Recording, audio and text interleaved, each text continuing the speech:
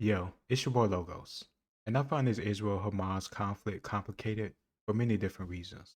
One of which is the underground tunnel system that Hamas is using to hide their fighters, supplies, or anything else they may use, like the refugees. And I think trying to crack this nut of figuring out how to get those people out while also defending Hamas in these tight corridors is a very tricky situation for Israel. It's going to lead to a lot of death and destruction, unfortunately, and it really does remind me of Vietnam or ancient medieval siege, but just a modern day version. In ancient times or medieval times, they didn't have to worry about air support. The closest thing you could get to quote unquote air support is when catapults and other siege equipment or even arrows would be shot over your walls.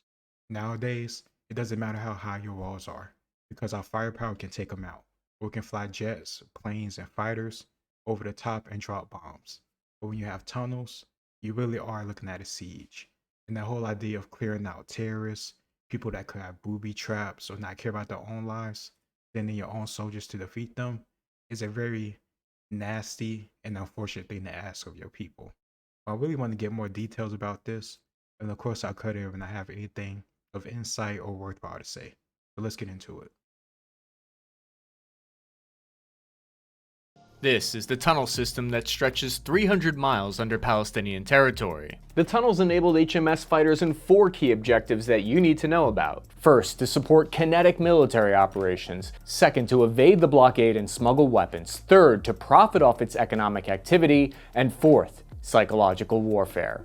We're also going to examine what the Israeli military is going to do to destroy them. Tunnel warfare is actually an ancient practice. The book Gaza, A History, provides an account of the ground systems dug in 332 BC during Alexander the Great's siege. Thanks to the tunnel network, the siege of the city involved 100 days of fruitless attacks and tunneling, when Alexander and his generals expected a quick victory. The recent origins of the underground passageways here actually come from the late 1980s, when it was originally used for smuggling economic materials into the city. They were often crude and primarily served economic purposes, so it should be recognized at the onset that not all these underground passageways within Palestine are used for military activities. Over the past decade, HMS has invested heavily in its construction techniques, making them more sophisticated and harder to detect. Since their construction, they provided supplies and employment for civilians and played a significant part in the livelihood of Palestinians and their economy. They've generated $700 million per year through trafficking food, weapons, and cheap Egyptian gasoline. In fact, HMS is able to tax anyone who uses their tunnel system, and it's a major way that they earn revenue. The Israeli government has called them quote-unquote terror tunnels because I wasn't aware of all the economic benefits these tunnels were giving these people. Of course, my understanding or even my knowledge of these tunnels wasn't imparted into me until this conflict took place. And then people started talking about these tunnels, how it would be a very big problem for Israel to get through. But the fact that it goes back to Alexander the Great, and it makes sense too when you think about it, because he conquered so much of this territory, Middle East, and even going past Anatolia. So it does make sense that he had some type of military involvement in this area. But the whole idea of breaking down walls by tunneling under them, it was going on even still up until I think the siege of Vienna in the 16 or 1700s. Even I think in World War One or World War Two, they were using the tunneling systems to try to get around people. In Vietnam, the Viet Cong had tunnels, booby traps, and all these different things that made it hard for American soldiers to be successful. That's the whole thing about fighting guerrilla warfare. No matter what time period it is, it's very difficult when you can't have what you would call in the past a set piece battle, where you have two sides meet at a field or a predetermined location, and it will set up their lines to get ready for warfare. But when you find a guerrilla force, they could be anywhere at any time at all, or they could attack you while you're marching. And there's plenty of historical instances where ambushes has led to mass casualties. And sometimes you can make an argument stop an empire from expanding, like Rome and Germania. I can't think of the exact name of the battle, but within the force, the Teutoburg Force, that's the name of this. When the Germans ambushed the Romans, you could make an argument that stopped Rome from expanding into Germany even further. But you could also make an argument that it was already overextended. Either way, guerrilla forces have a very big impact on large territories, large empires, large countries, because of their nature to fight unconventionally. Because of their role in abducting Israeli civilians. So how are they constructed? They're usually dug by individual contractors from basements of houses or an olive grove around the border. They can reach out to 800 meters or about 2,640 feet in length. In a lot of cases, the people who own the homes that the tunnels are dug under agree to a business arrangement with Hamas. They either receive a portion of the profits from the smuggling or some kind of other compensation. Here we see how they can even include ventilation and rail trolley systems for transporting heavy items quickly. One location you'll find them often in is in the southern city of Rafah. During the Second Intifada from 2000 to 2005, they're believed to have expanded the network from Gaza into Israel. They briefly diverged into two networks overseen separately by the two main Palestinian political parties, Fatah and HMS. Following HMS's takeover of the Strip in 2007, the underground passageways development expanded even further, with the militant arm of HMS known as Al-Qassam Brigades assuming authority over Fatah's part of the underground network. So Israel imposed a 16-year blockade on the Strip as soon as HMS seized control of the city. HMS increasingly used these systems to transport weapons, explosives, and fighters in from Egypt.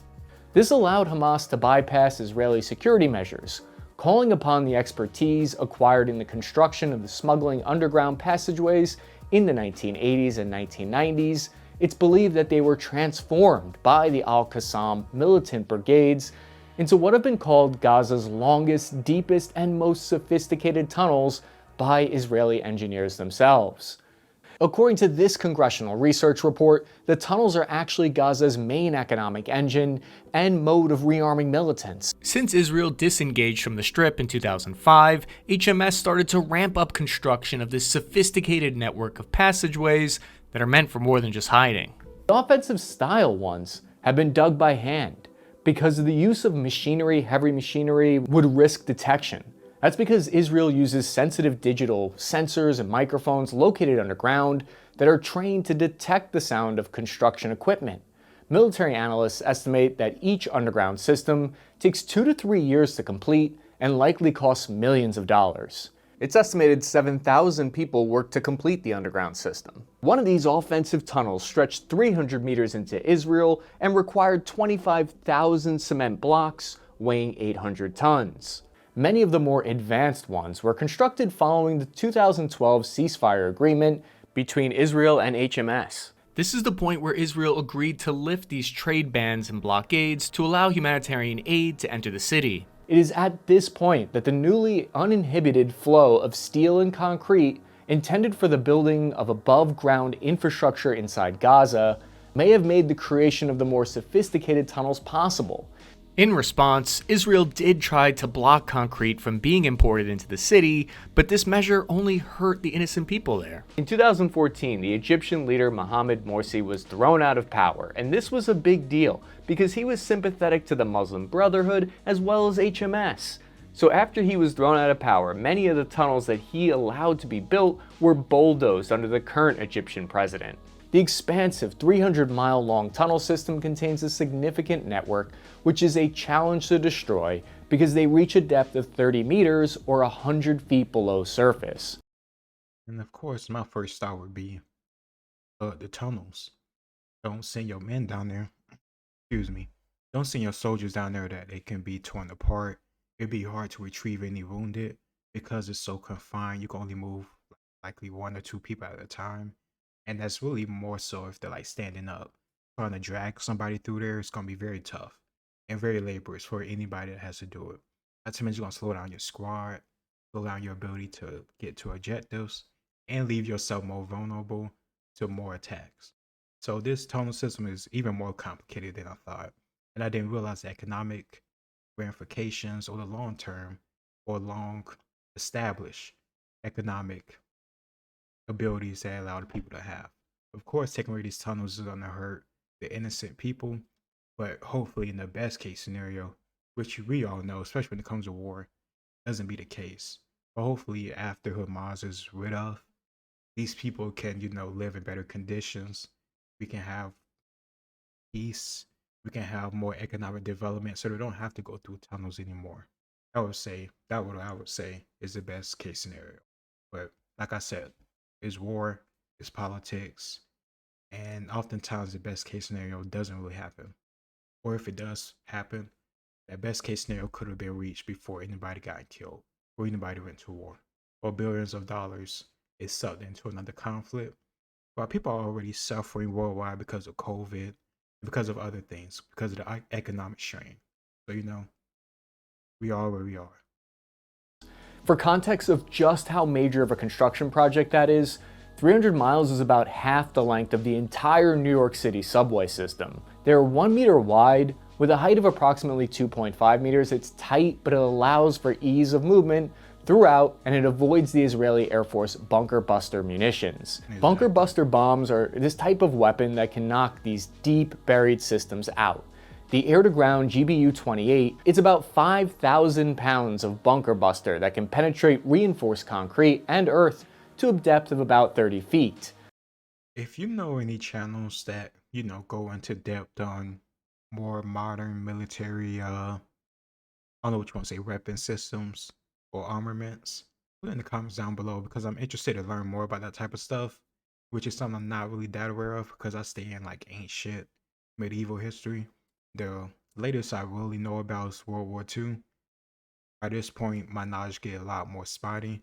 But I am like watching things like Operations Room, the Intel Report, and any other videos I can see about more modern conflicts. So if you know something, put it in the comments and I'll check it out.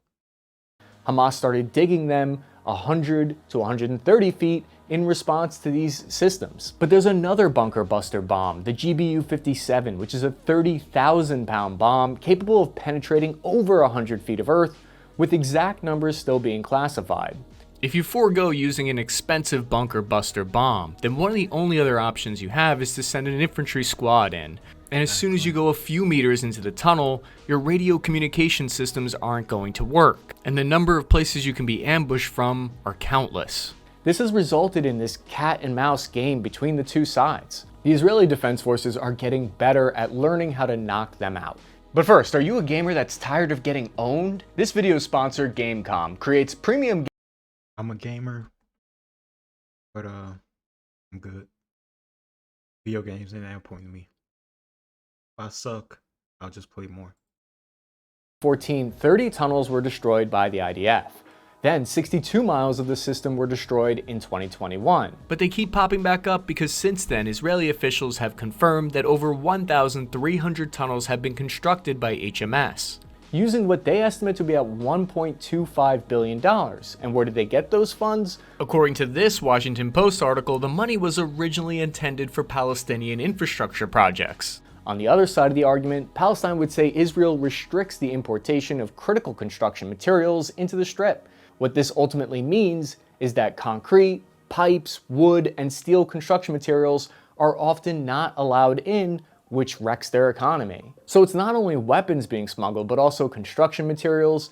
And to further point out why blockading military supplies can be difficult to distinguish between civilian supplies, take a look at the Qassam rockets. These rockets have limited ranges and are generally made from household ingredients. I obviously can't list those ingredients here, but suffice it to say, they're a combination of seemingly innocent things, but when compiled for evil, they can do great damage. And this is something that people really don't think about when they're so into talking about how Israel have like these areas blockaded or under siege or any term you want to use. I can understand that it definitely hurts the civilians, but you also got to understand that the people who really don't give a damn about the civilians unless they can use them for some reason is using this goodness, this kindness, this inner humanity that they really don't have against us. So Israel blockading people, stopping people from receiving resources and supplies, depending on what they are, and the methods they go about doing so is understandable because terrorists will use anything at all to fight their war or fight for their ideology. It's hard for people in the West to understand when they don't really care about history or war or anything like that. They just think about their emotions and how they see it from their Western point of view, from the comfort of their own home and AC and everything else. Then I think about the soldiers that have to go and fight. Then I think about the people that gotta live in this area. You just see what they see online and make an opinion about it. It's really not that simple. And you shouldn't want it to be that simple. If you want to have a long-term solution, it's gonna take concessions on both sides. Drawing a line in the sand and saying you won't cross this line or this, that, and the other, or you wrapped up in your ideology, so you can't listen to a different point of view to get a good, I don't know, peace or resolution, is only hurting your cause and make you seem more ridiculous, if you ask me. Israel has even destroyed hundreds of homes along the Palestinian-Egypt border in order to enlarge what they call a buffer zone. The idea here is that Israel needs a standoff distance to protect against this network. Israel isn't alone in this mission. According to this congressional research report, Israel, Egypt, the United States, other NATO countries have all pledged to stop or slow down smuggling between the Palestinian-Egypt border. The tunnels allow HMS to safely store rockets and launch systems, then quickly move them into place before disappearing right after firing them or setting the rockets off remotely. Modern counter-battery radar can detect a launch in seconds and immediately fire a retaliatory strike before the enemy rockets even hit the ground. Which is why the tunnel system is so important for HMS, because it allows them to quickly disappear from sight. Some are constructed by reinforced concrete because the vibration from the bombs could collapse them. They even have electricity and phone lines installed for fast communication hardwired so that Israel cannot eavesdrop on them. This system branches out beneath multiple Gazan cities and runs hundreds of miles within the Strip. Since 2008, Israel and HMS have fought in several wars where this transportation network played a key role, including 2008, 2014, and 2021. HMS used them to launch surprise attacks and small arms ambushes. This can have a psychological toll on your average IDF soldier because it's frustrating to not know where the enemy's coming from. For example, your squad might clear out an entire block only to have HMS fighters appear right behind you. During the last decade, from 2012 to present, they've been increasingly militarized, no longer resembling the economic tunnels from the 80s. One of the reasons we can assume how important these are to HMS is because of just how many they've discovered in the last few years, with no clue of how elaborate the subterranean network is. Heavy flooding back in 2013 revealed several channels in addition to the 3 networks of underground passageways the IDF discovered that year. While in 2021, 54 Israeli aircrafts took part in an operation targeting an elaborate tunnel system it called, quote-unquote, the Metro. But there's a problem. For each stretch destroyed, one is built. This column in the Wall Street Journal in 2014, citing Yigal Karman, president of the Middle East Media Research Institute, argues that it was this underground network, not the 2014 kidnappings of 3 Israelis, that sparked the 2014 Gaza war. After Israeli airstrikes damaged the tunnel near Kibbutz Kerem Salom, July 5, 2014, HMS leadership was likely concerned that the IDF was catching on to the true extent of their tunnel network. This meant Israel was finally aware of their true capability, which would have made it very difficult to pull off a major surprise attack. This might have convinced HMS leadership to go immediately to war before more of their tunnels could be found and destroyed. Following the conflict in 2014, this Israeli newspaper reported that, according to unnamed Israeli intelligence sources, the tunnels were to be utilized in a major attack that was going to take place during a holiday, if that sounds familiar. This alleged plot was going to involve 200 alleged HMS fighters from more than a dozen tunnels and infiltrate Israeli territory. So what that basically tells us is that they've had this plan in mind for years. The reason HMS uses these networks is because it's a form of asymmetric warfare, the predominant type of warfare since World War II. Asymmetric fights favor HMS.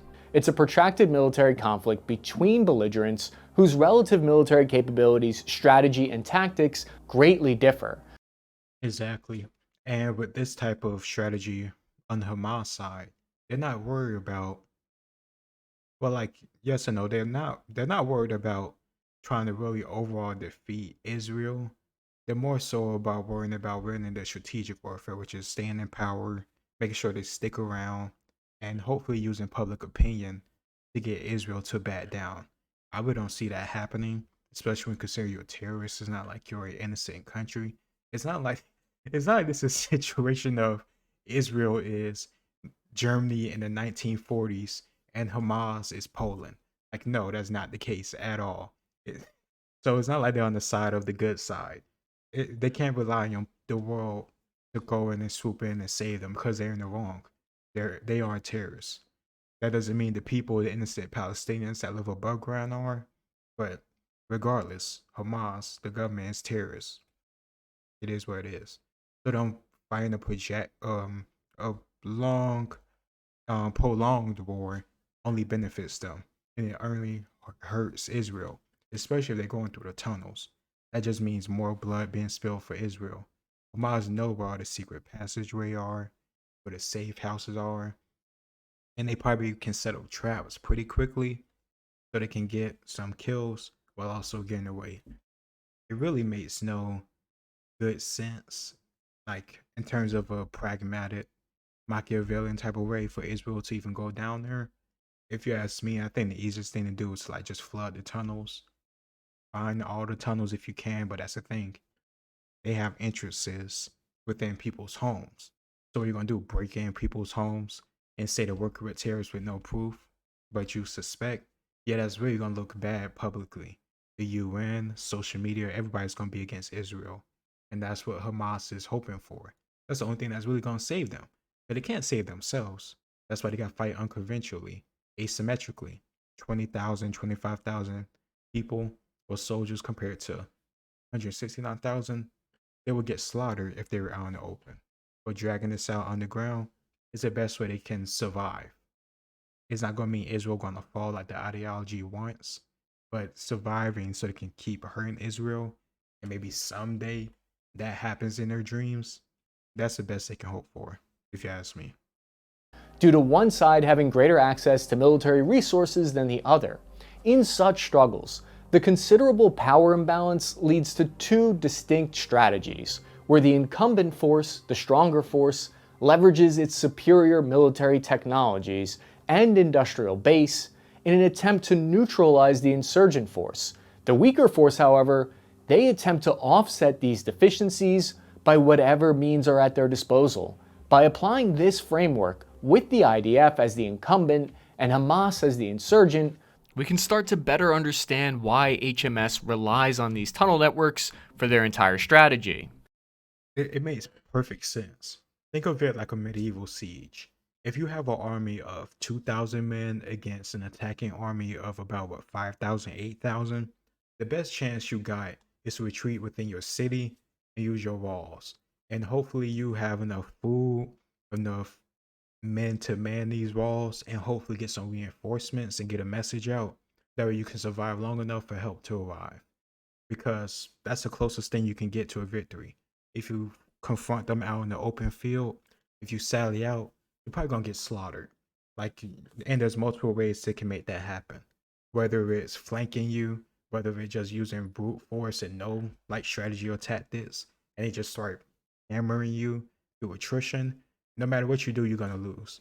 But going into siege and hopefully you can get a lucky break like reinforcements, or another lucky break like disease or the main mutiny, which has happened in history, especially disease. Disease killed more soldiers and more people on the battlefield than actual, fighting does. And that's proven. So that's something you can bet on if you're a person that's under siege. It's much better compared to a conventional warfare. So when you think of it like that, it makes absolute sense why Hamas relies on these tunnels so much. They're under siege, regardless if they're officially put under it or not. The Jerusalem Center for Public Affairs and Israeli Security said, quote, tunnel warfare provide armies facing a technologically superior adversary with an effective means for countering its air superiority. This trade-off, when employed effectively, can be used to devastating effect, allowing the insurgents control over when, where, and how engagements are fought. More importantly, this trade-off enables insurgents to maintain mobility and obscurity. The use of underground passageways in history has stemmed from a desire or need to remain difficult to detect. To discover any given tunnel, Israel's military intelligence previously had to rely on intelligence gathered on the ground, sometimes going house by house. Moreover, neutralizing them is an arduous task, because simply collapsing the entrance or a given portion of the shaft leaves most of it intact. But what ends up happening is HMS construction workers just go around and bypass those fallen sections. In places like the Vietnam War, the war in Afghanistan, sometimes these tunnels were connected to villages and homes, and the underground locations were also connected to facilities like hospitals and bunkers. These subterranean structures enabled the Viet Cong and the Taliban to evade the US military and conduct surprise attacks. They're a response to try to mitigate the Western military power's overwhelming air and bombing power. This is part of the reason why China is also building underground facilities, and the US Army is investing $500 million into subterranean warfare for their infantry. According to Ito, an Israeli defense analyst specializing in tunnel warfare, 3 different kinds of passages exist beneath Gaza. Smuggling links between Gaza and Egypt, defensive ones inside Gaza, where weapons are stored, and offensive passageways used for cross-border attacks into Israel. Some networks are designed to serve as war rooms or underground bunkers in which leaders convene during times of emergency, affording them and their families mobility and sanctuary. Take a look at this Palestinian militia document obtained by Al Monitor, published in the Washington Post in 2014. It describes, quote, every single leader of Hamas, from its lowest ranking bureaucrats to its most senior leaders, is intimately familiar with the route to the security tunnel assigned to him and his family. But in terms of HMS's stated political goals, to establish an independent Islamic state in Palestine, it's unclear how its tunnel warfare strategy is meant to achieve this stated objective. As the Henry Kissinger quote goes, the guerrilla wins if he doesn't lose. The conventional army loses if it does not win.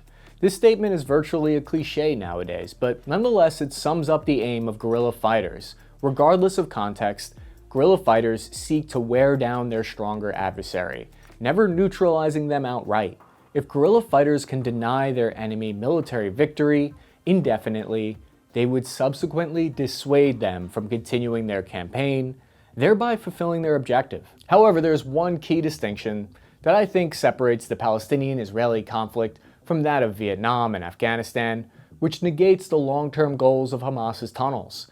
The incumbent Israel is not an expeditionary force like the US was in Vietnam or Afghanistan.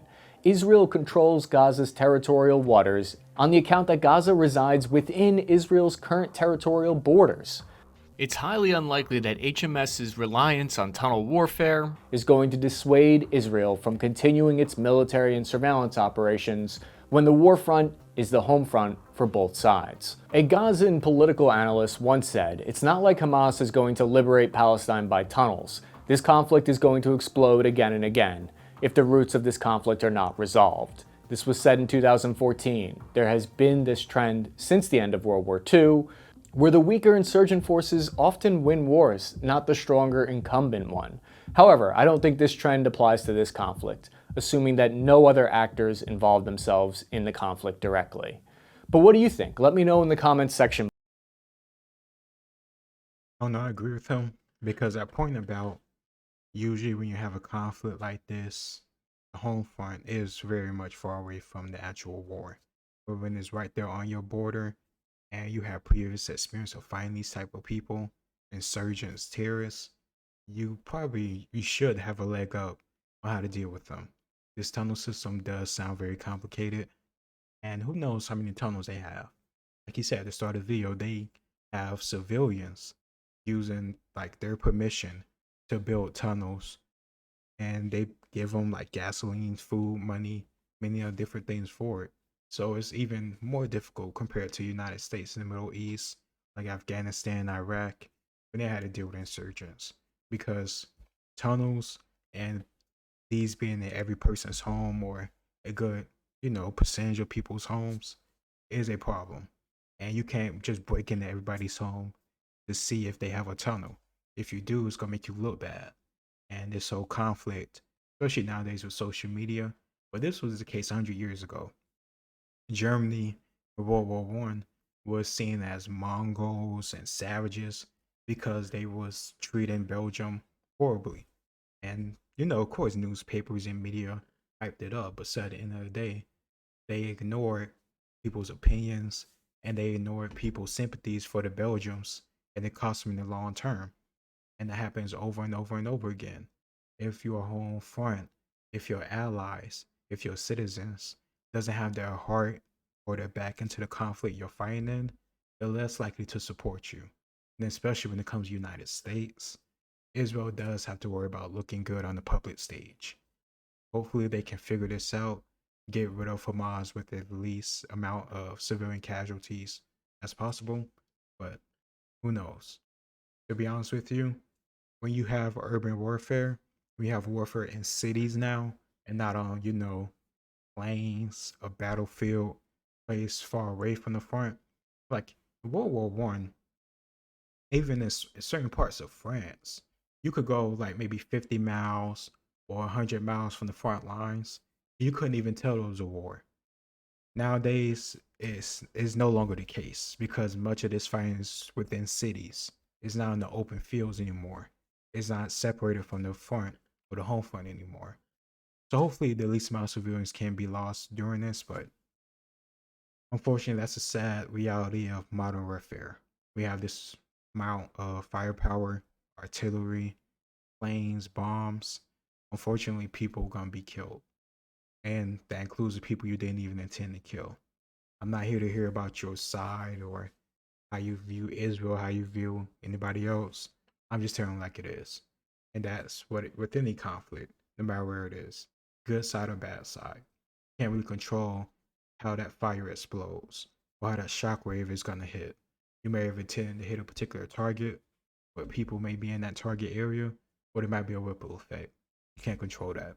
That doesn't mean you should be just indiscriminately bombing people, but certain things you can't know and you can't control. It's always better just not have war to begin with because that's the best guarantee of nobody getting killed. Let me know what you think in the comments down below. Let me know if you appreciate, excuse me. Let me know if you appreciate me doing this type of, content, going into more modern war stuff. We usually focus on ancient medieval warfare, but I did have a lot to say about this, so I said it. I I talk about what I want to talk about. I really don't care what people say about certain topics shouldn't be discussed. If you're a grown, functioning adult, control your emotions and have a discussion. That's how we get smarter. That's how we get better understanding. And that's how we progress as a species, as a civilization, as a country. So that's how I feel. It's your boy Logos. Like, share, and subscribe, and I'll see you next time. Peace.